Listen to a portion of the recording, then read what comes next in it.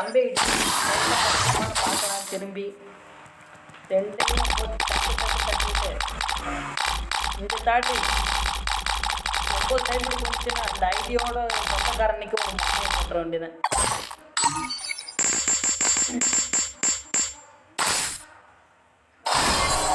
ஆடி போச்சு உங்கடா வளர்த்தனைகள்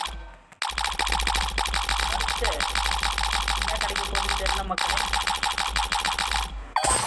பிரித்திவி மொட்டை கிடச்சிருச்சு மக்களே.